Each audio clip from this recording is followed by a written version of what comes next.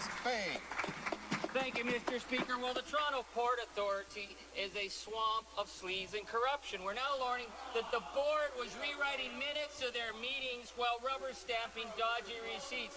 What a perfect training ground for our own ethically challenged Minister of Natural Resources. She used the Crown Agency to troll for political donations. She covered up expenses while dining out like aristocracy on the taxpayer's dime. Now, the Minister of Transport could have cleaned house, but instead he played along. So will this government finally rein in these rogue ministers? The Honourable Parliamentary Secretary to the Prime Minister. Mr. Speaker, this government brought in the toughest anti-corruption law in Canadian history. It's called the Federal Accountability Act. It limits political contributions. It protects whistleblowers.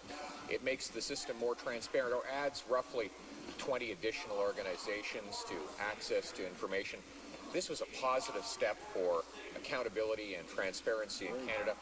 And on this side of the House, indeed, right across Canada, people are proud of that act. Thank you. The Honourable Member for Timmins-James Bay. Oh, Mr. Speaker, they don't call it the Pork Authority for nothing.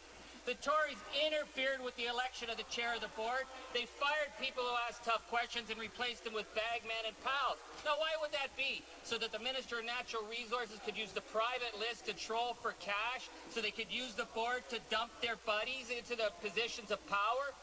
I would say this to the government. You're busted. Fess up and apologize to the people of Toronto.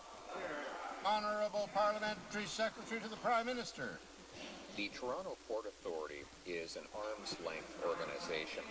The TPA has said many times that all expenses and hospitality policies were followed. The board has since stated that management and staff clearly followed all of these policies. The chairman of the audit committee stated that there was nothing unusual in these expenses for a business of this size.